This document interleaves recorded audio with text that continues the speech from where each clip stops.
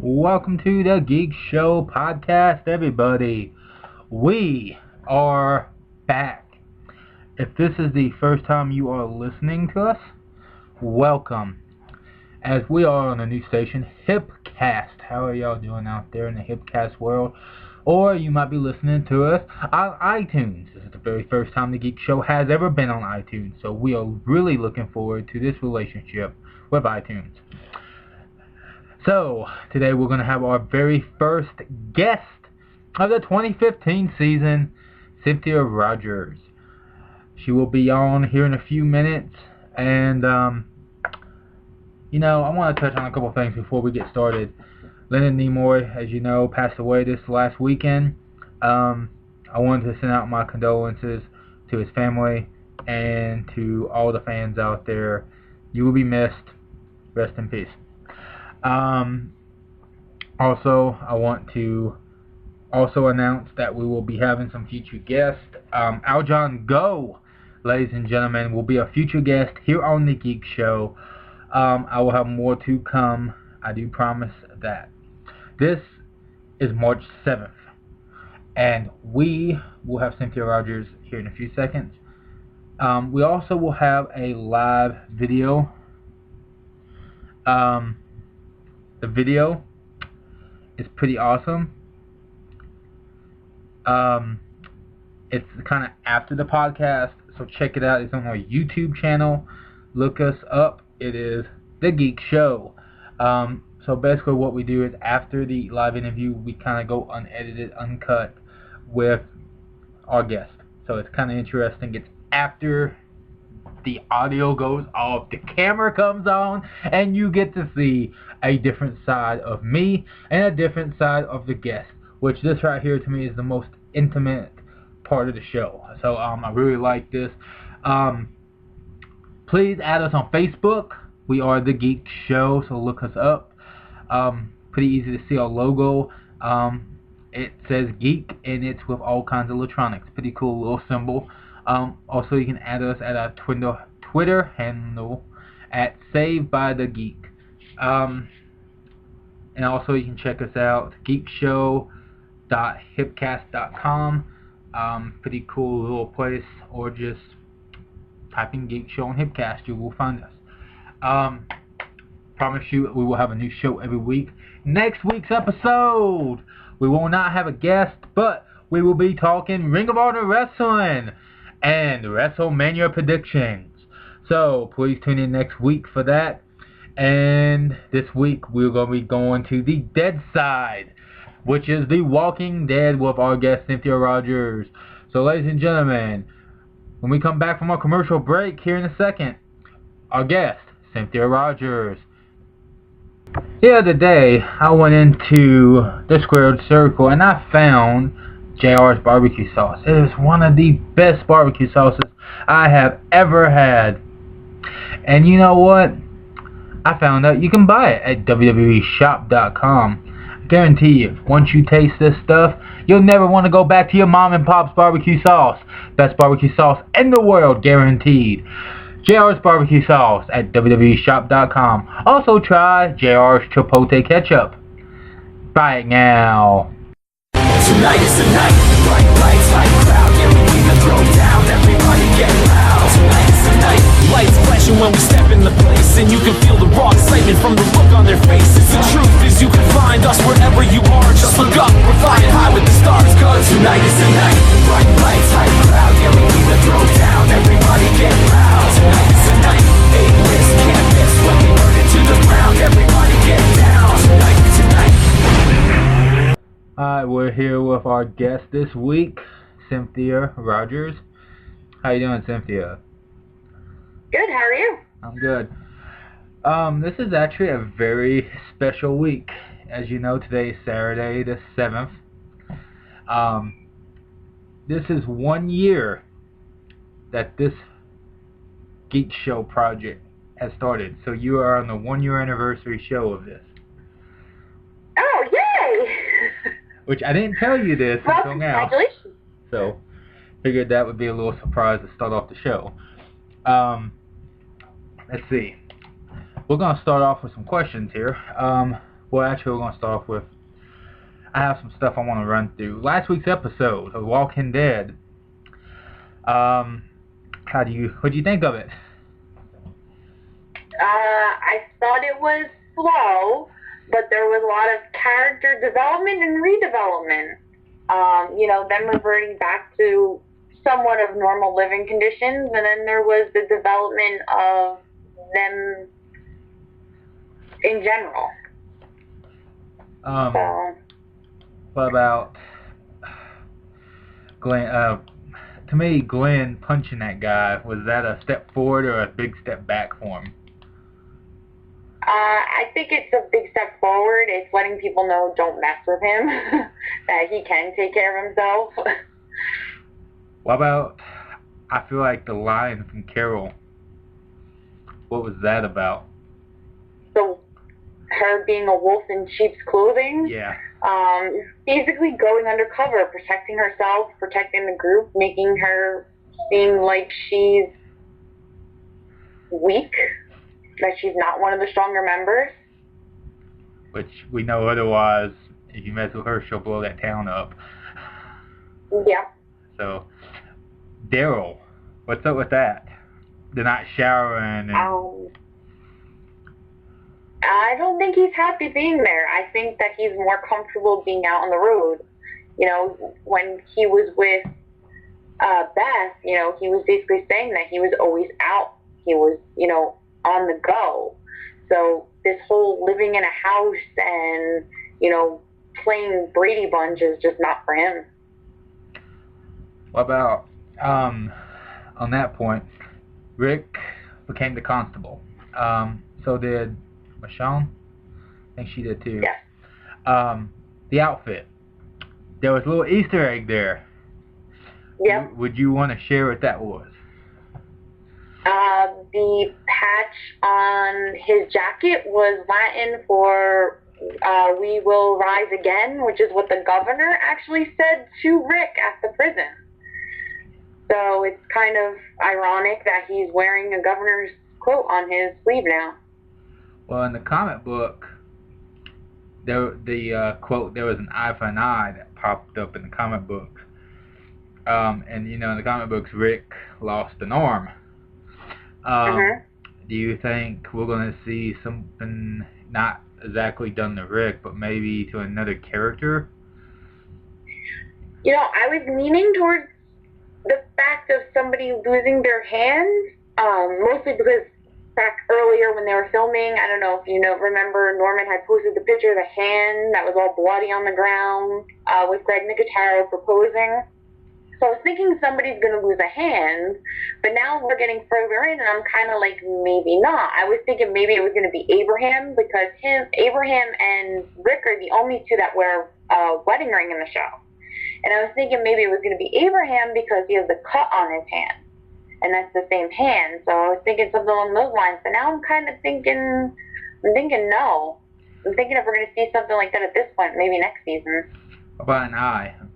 You think maybe Carl could lose an eye? And my other theory is, what's her name? Enid, that she has Rick's gun. I kind of do agree with the mask that she has Rick's gun. And I'm wondering if maybe she's the one that pulls the trigger and takes out Carl's eye. I mean, anything is possible at this point. We don't know who has the gun. We don't know who she is. We don't know where she's going yet. But I guess we're going to find out soon. Well, season finale. They usually always do the season finale with us losing a character. As you know, Robert Kirkman was on, At Midnight, and kind of hinted about a character from the comic book killing Glenn with a baseball bat. Well, now that would be way too predictable for the show, but I have a funny feeling we're about to see this character show up on the show. Who would he kill?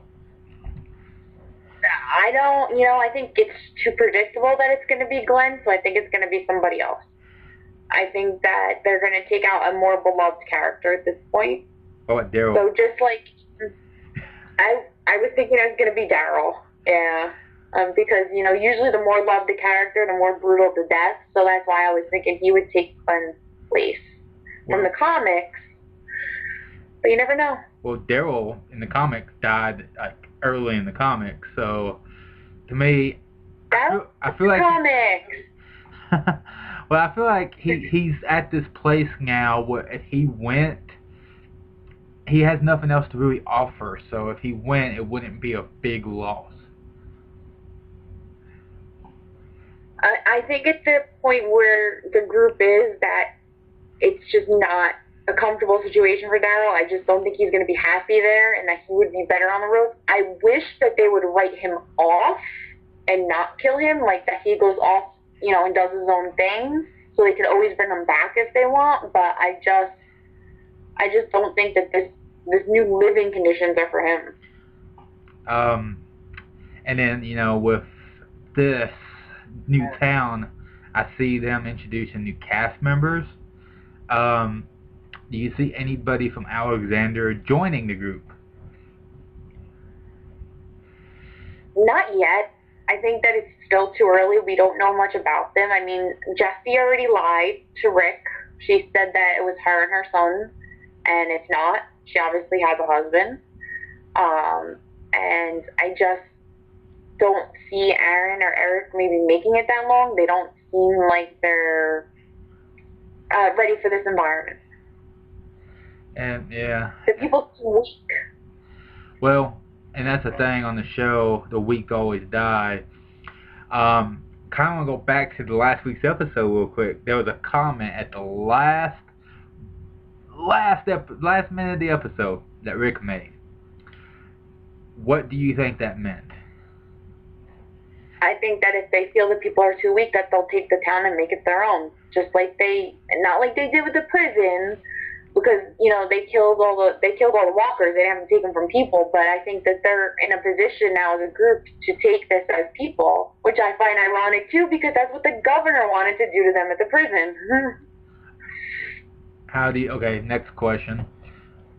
From season 1 to now, the evolution of Rick, has it been good, or do you feel like he's slowly becoming Shane?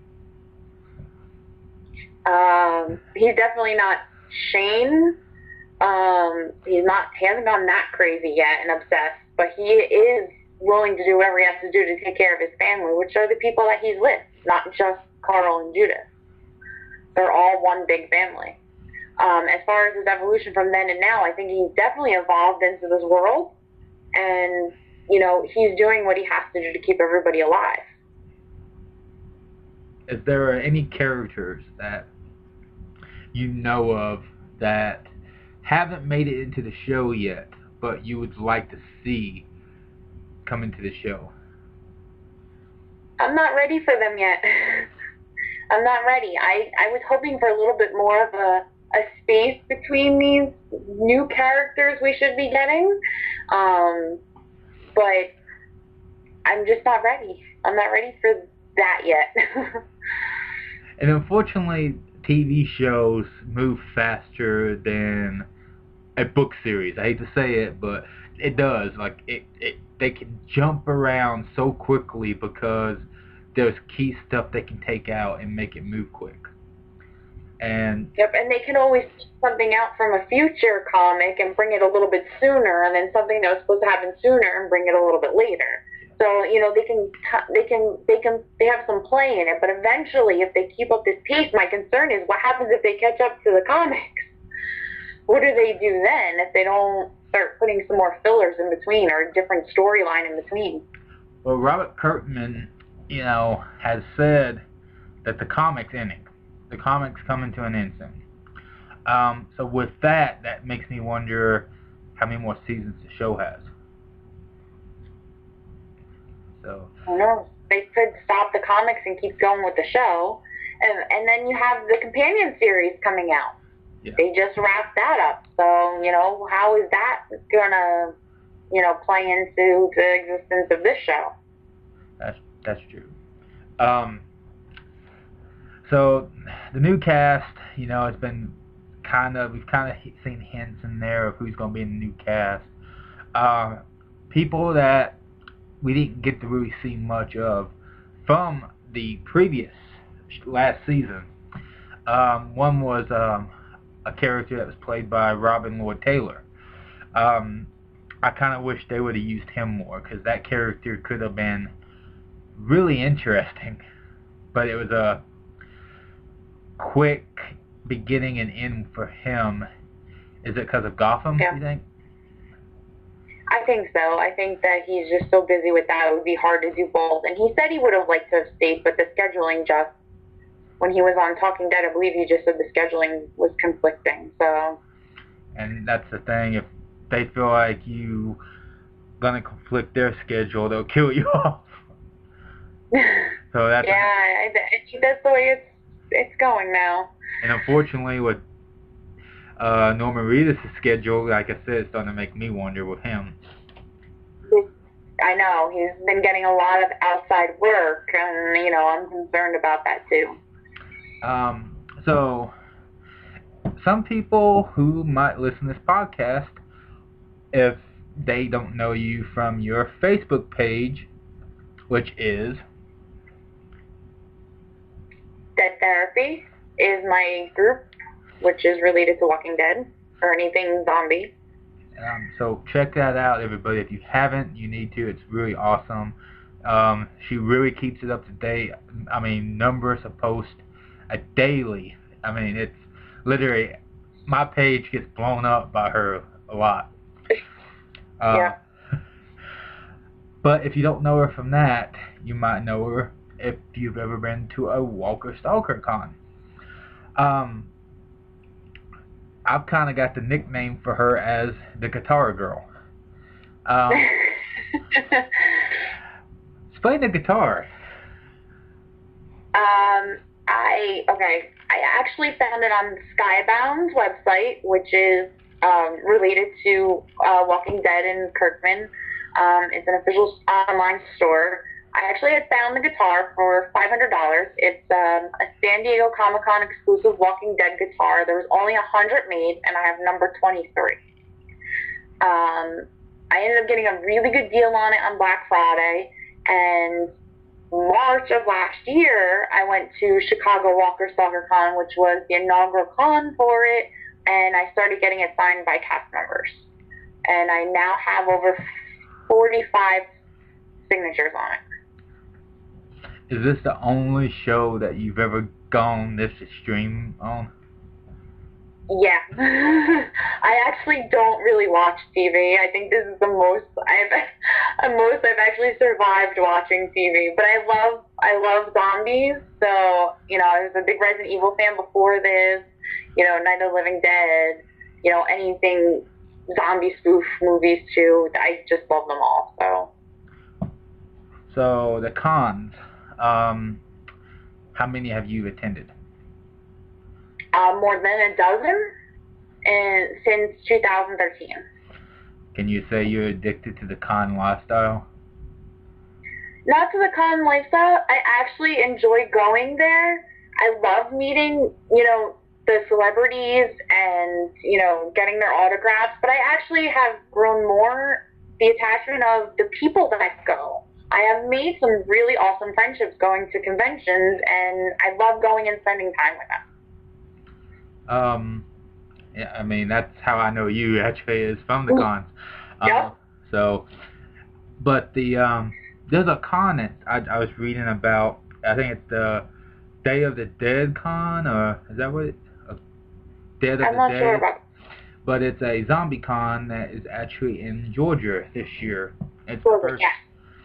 and it's the first time that George A. Romano, I think, the guy that did the Day of the Dead, Night of the Living Dead, stuff like that. Yep. First time he's actually sponsoring some kind of con, which unfortunately Walker Stalker Con sponsored it, which was kind of cool. That's something that seems like it's kind of overkill, maybe, with, you know. Well, believe it or not, there's a lot of horror conventions. There's a lot of different theme conventions. I mean, here in New Jersey, we have something called Chiller Theater, which is, you know, revolves around horror. We also have something else called Monster Mania, which revolves around like horror too. I mean, like Walker Stalker Con is, you know, a lot of Walking Dead related. And then you have other cons that, you know, they have a Supernatural Con, which is just based on Supernatural. Somebody's starting a Peach Pit Con here in New Jersey, which is going to revolve around 90210. So, I mean, there's a lot of different themed cons. It's just, you know, it's just all about what you want. And what people want. That's like we have the, what is it, Tattoo Horror Convention. It's done by Lone Wolf here in Nashville, and they're doing a, what is it, Devil's Reject reunion. That's the big thing. And then Boondock Saints is supposed to be there. And it's just so fun, except Norman Reedus. He's the only one that won't be there. So, to me, you can't have a Boondocks reunion without... He's doing a lot less cons this year. It's just sad, you know. His schedule's just so busy, he's doing less. Well, and the thing about that is it actually, the people who haven't got to see him, when he does appear, it makes it more majestic, maybe? You know? Hopefully.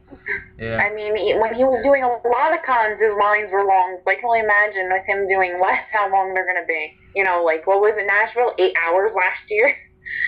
Yeah. It was Nashville or one of the other cities. It was like 8-hour wait to see him. It was Nashville. It was crazy. Yeah, it was Nashville. It was crazy. And unfortunately with that, after like a certain time, they won't even line you up for it. Like, yeah. They had to give you a ticket after so long, like they do at Walker Stalker. They give you a ticket, and if you don't come back at the exact time it's on that ticket, you don't get in line. So I thought that was kind of weird. Yeah. Gotta keep those lines. So, friends from the con, you said you've made a lot of friends. Is there a lot of, like, friendships and relationships that will live no matter if the con doesn't live? Yeah, believe it or not, quite a few people I actually do visit, and, you know, we have made plans to meet outside of cons to go do things, like meeting halfway, and, you know, I go up to Rhode Island and Massachusetts to visit people. You know, when I go down to Georgia, a bunch of us are getting together, hopefully to go in May together, for when they start filming, so we're trying to go meet there. It's not just, you know, we go to the cons, it's just coincidence, you know, that we all go to the same, we all ended up meeting there, and we all go to them together. And I mean, that's the thing, you know, it's like, the friendships a lot of times are, it's people you have common interests with. That's why you get along with so much people. And it's weird because I'm a people person, but when I get there, for some reason, I get so overwhelmed and I bunch up and I get shy. I do. I got really shy in Atlanta. Like, I didn't talk to hardly anybody. I think I talked. You know, I think I talked to you. That was it. Boston, it was quite overwhelming, like volunteering for the first time and what I was doing, and we were very short-handed. So, like, I felt like I was, like, losing my mind, because while I wasn't feeling good, I had, like, some issues, like, health issues before that, and then, like, it was just, like, chaotic.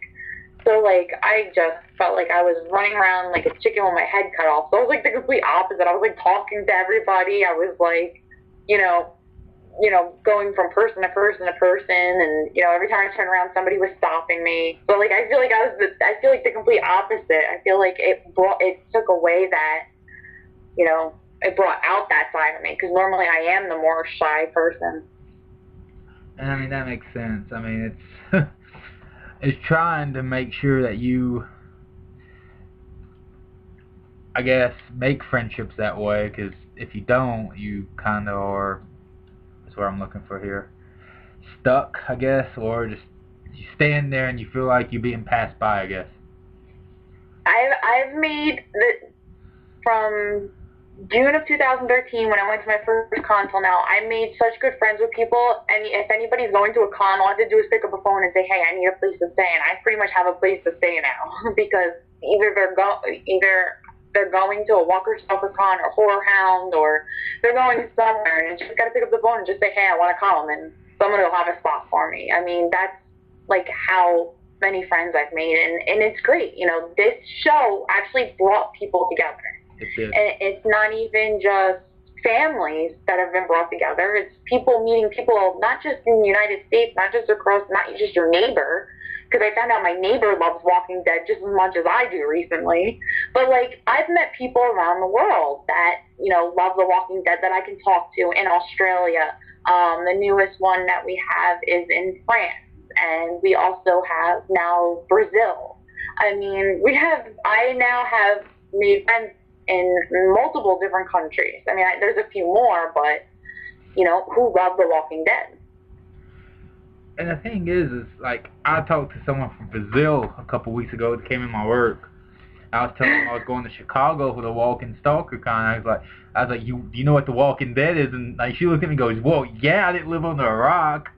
I'm thinking, well, I know Brazil, like, a lot of times there, like, y'all get shows 20 years after we do. And she goes, well, not anymore because the internet's invented. I was like, well, that's true. And that's pretty funny because I had to have somebody back in November come look at my TV, and I was talking to the guy, and we started talking about Walking Dead. He's like, I love The Walking Dead. He's like, no way. And he ended up living like one town over. He was here for like an hour. We were talking about Walking Dead. I was showing him all my photo ops with the celebrities and like their autographs, and I didn't get a chance to pull out the guitar, but you know, I was telling him all about it, and he was like, that is so cool. And, you know, I told him about, you know, Walker Stalker Con, New York, New Jersey, and I gave him all the information. I don't know whether he went or not, but you know, it's always fun meeting another fan, and, you know, especially a really big fan who's up to date and, you know, really is into it. Well, I have a friend, him and my other friend, which, you're going to laugh, my friend's a preacher. And he loves The Walking Dead, and I haven't got to talk to him since the Kiss episode. So I'm wondering how he feels about The Walking Dead right now, but my other friend, he's a teacher, and he calls me every Monday and goes, did you watch The Walking Dead? I'm like, yes. And we'll talk about it, and it's so funny because, like, he is very picky about what shows he watches.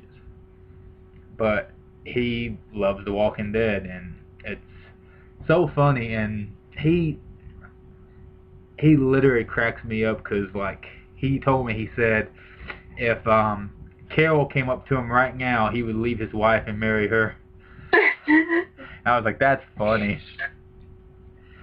So. Wow. Yep. Speaking of, you were talking earlier about the new show.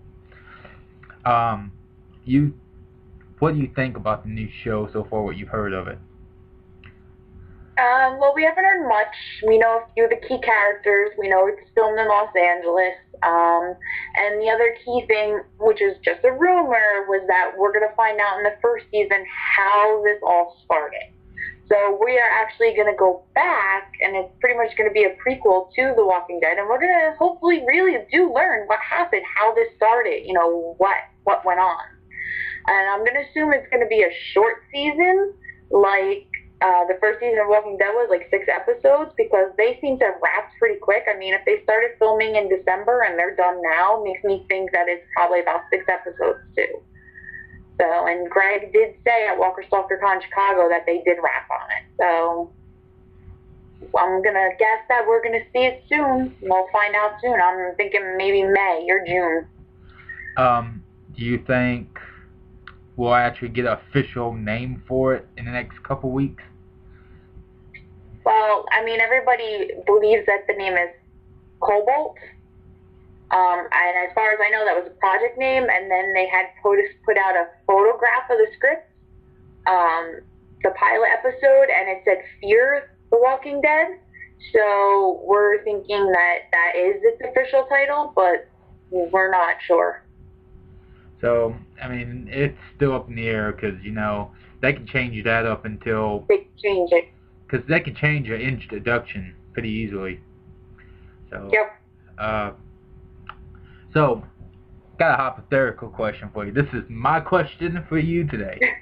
Okay. If the show ended this Sunday, For good. It was the final episode. See, I see the sad face. Yep. Whose star will shine the best when the show ends?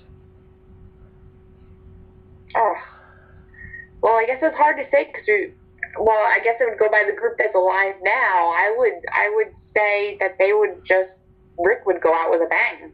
I think, this show is about him. It's about him and Carl, and I really think that it would be him to go out with a bang, who would shine through the episode, just like he does through most of the show. I don't think in the finale they would make somebody else shine at the end.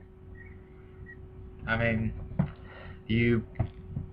okay, so... Unless it's Judith, and it's like 10 years later, and she's like, gone all Alice from Resident Evil on us.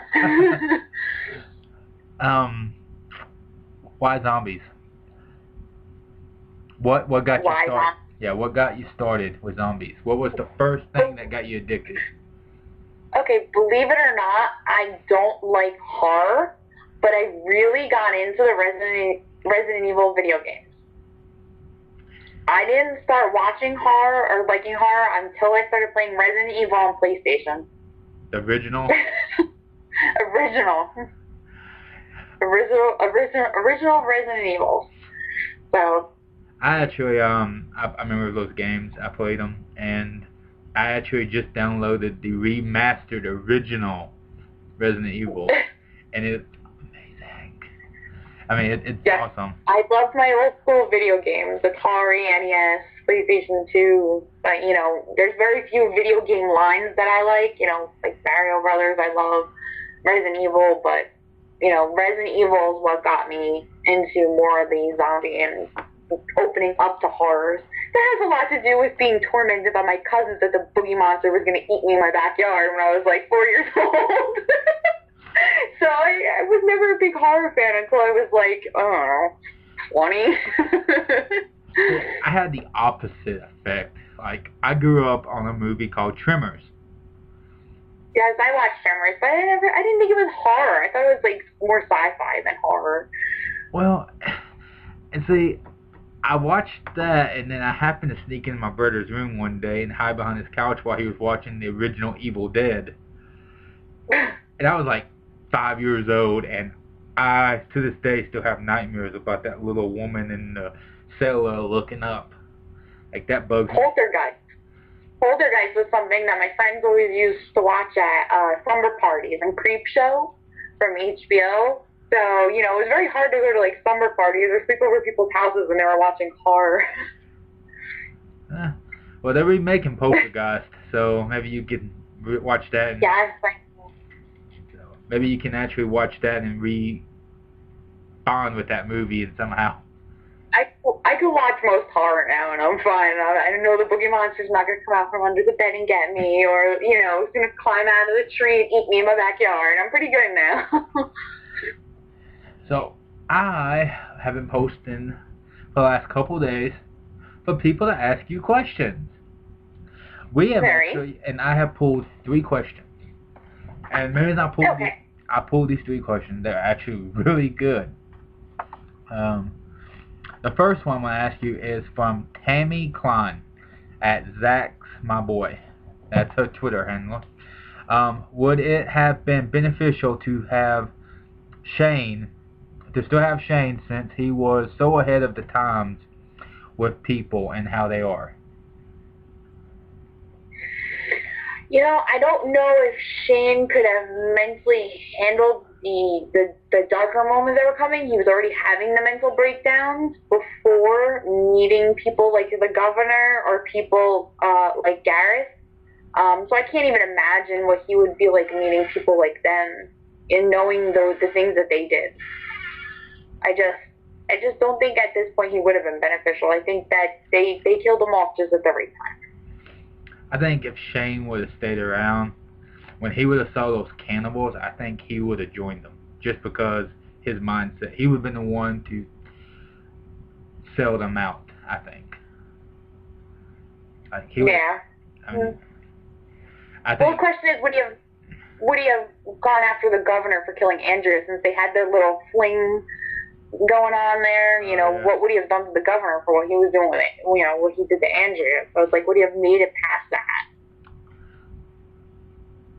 Maybe he would have got that swine flu and, you know, blood from his eyes and died. You know? Maybe. Well, you remember this week's episode, how they hung that zombie from the tree because they killed a friend. They killed friends of them. Oh, totally reminded me of Lizzie. That was like a Lizzie moment. I think that would have been a Shane moment. I think he would have done that to the governor. He would have hung him up and tortured him.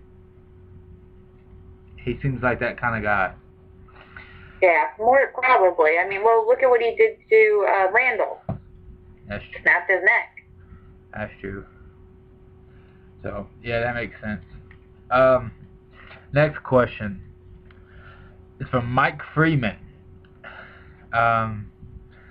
So, the question is, what's your favorite episode? This is a two-part question. So, what's your favorite episode? I can't even pick a favorite episode. Really? Wow. Favorite episode. You know, whenever I see this online, I always say the first episode, because if it wasn't for the first episode, we would have nothing after that. So I'm going to stick with my answer and say if we didn't have a first episode, we wouldn't have anything that we've seen today. So, I mean, that made the show. So I think mine had to be the finale. The season 1 finale. Because that's when you can root. To me, that showed that they can survive anything. So, I just felt like without that, we wouldn't have known who was the key players, the main characters. Yep. So, next question is from Kimberly. She's on Facebook. I think she's a friend of yours. Yes, she helps run. She's another administrator for Dead Therapy. She is who I actually originally met at a con, and we room together all the time, and I see her all the time. She's one of those friend people. Well, maybe eventually we can get her here on the podcast. Wink, wink. Maybe. No. I'll try. Her question was, do you think the group will stay strong or break apart now that they are in Alexandria? You know, I've thought about this, and from what I'm seeing is, you know, they walked in as a group and they're being divided in there, and my concern is that she is purposely breaking the group up to make them weaker because she knows that they're strong enough to overtake them. And by breaking them down and giving them these different jobs where they're not together, it is going to give them a breakdown. I'm hoping that they see past that and that they're a big enough unit and they're you know, that they're together enough where they're going to notice this, and that when it comes to the crap hitting the fan, that they're going to be able to pull right back together. Like an elastic band. She's going to pull them apart, but as soon as something happens, they're just gonna fling back together. That makes sense. I mean, to me, if this town's gonna wind up being either really good form or we're gonna see a lot of people die. I think we're gonna see a lot of people die. I do. I think that you know, some of these people that we're seeing might not, you know, be around for too long. To me, and the thing about Walking Dead is when you see something is too good, you know bad's right around the corner, unfortunately. Yep. But you know, this is the first time also that Rick has not asked the 3 questions, and it turned out that it was the truth, and that it really is a safe area and this person was telling the truth. I mean, I don't think that Aaron lied about what this town is. I think that everything he said to them was true to get them there. But I do think that there's more to the town than what is being let off. I think that they do have issues, and you know that they need the protection. That they lost a group. I think they must have had somebody there at one point that was helping to protect them, and they don't anymore. The governor and the congresswoman. Do you see them being the same and maybe as evil, or do you see this woman being somebody that sticks around and possibly leaves Alexandria because of her own people? I don't see her being evil like the governor. I think she really does have the people's best interests at heart. I think she still has the humanity in her because she videotapes these interviews, and like she said, anybody can go and see these videotapes at any point. I think that it's important that she's documenting these things and what people have gone through during their survival during this time. I think that there is definitely something about her that doesn't settle well with me, but at the same time, I'm sitting here saying she seems like she does have the best interest of the community. I don't think she would do anything to harm the community where the governor knew he was doing things that could potentially harm, the people of Woodbury, but he didn't care. Where she seems like she cares. She wants to keep these people safe, and that's why she brought Rick and the group in. I mean, that definitely makes sense there. To me, I feel like they're gonna find something one day, some videotapes that she doesn't have for everybody to watch, and it's gonna be stuff that's gonna make you think opposite of her, possibly. I mean, to me, I just feel like everybody has their evil side, and they can't be trusted on that show. Nope. But we've run into quite a few villains so far, so why can't we run into somebody who's not? Why does everybody have to be bad? Why does everybody have to have an angle? I mean, in this kind of world, yeah, more than likely, but it's not always about the angle and people getting ahead and wanting things from others. Sometimes people just still want to be human. Look at Dale. He just wanted to keep humanity. Herschel wanted to keep humanity. There are still good people left in this world. It's just they're few and far in between. Morgan. When do you think we'll see him again? I'm hoping the finale. I really am.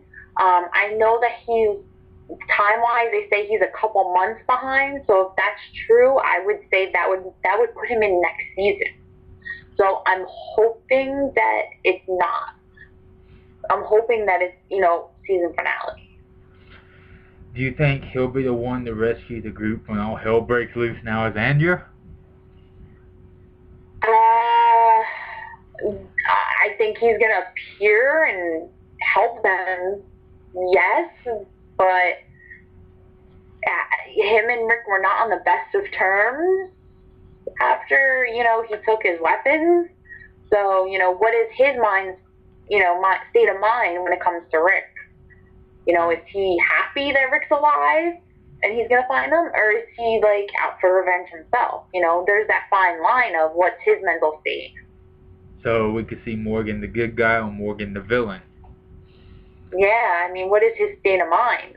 We've only seen him, not his, state of mind. I mean, he wasn't in the best state of mind when we saw him in Clear, so who knows?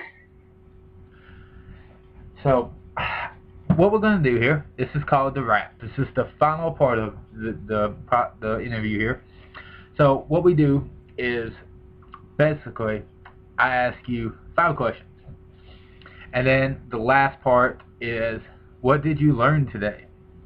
So, everyone laughs at that part. I don't know why. It's pretty funny. Beth, do you think her death was timely? Yes. I think that it was the end of the road for her. I don't think there was much more left for her in this world. Moving forward, I think that she played her part and it was time. Favorite character that's died? Favorite character that's died, I would have to say Herschel. He was a hard one to swallow. I did cry for him, so I did shed a tear. I think I cried when that girl came out of the. To me, that was the worst part, when she came out of that barn and she was a zombie. Barn, yeah. It was. Favorite zombie movie? Favorite zombie movie? Resident Evil. And I'm not going to just pick one because I love them all. So, and then, in all honesty, Shaun of the Dead because I think it's hilarious. Favorite actor? My favorite actor? Oh. Man, I don't know. I really can't, I don't have one. Usually it's Angelina Jolie, but she's really stepped out of the spotlight lately. And more or less lately it's been Michael Cudlitz, who plays Abraham. So, and that's only because, you know, of the cons and getting to actually get to meet him and know him that way. So he's become one of my favorites. Last question. I'm going to get a laugh out of this one. Favorite childhood toy? Favorite childhood toy? Probably Barbies, because I had a lot of them. I didn't have many toys, so I'm going to have to go with Barbies. And I actually do have a favorite childhood toy that's actually sitting downstairs in my living room that's sitting on a shelf. It's this little wind-up thing, and you take a knight that's on a horse, and he winds up, and he goes across the screen. You got to get him across before these dragons eat you. I don't know. That's kind of cool. And so you can see me, so as I'm pointing my little fingers up, these dragons popping up. So that makes it even funnier.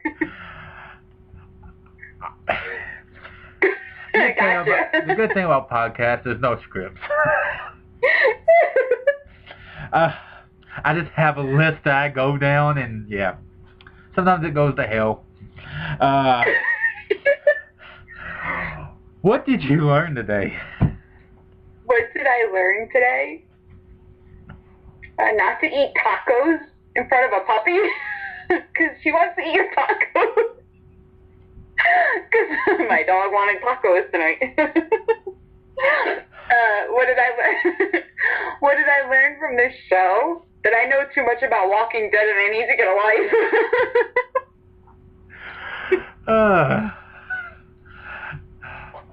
Well, so this is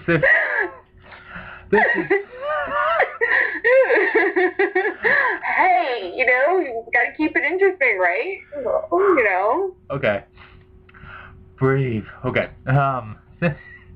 So this is Cynthia Rogers. Her Twitter. My Twitter is, my regular Twitter is Moon Talons, ends in a Z. And then you can also find me at dead_therapy.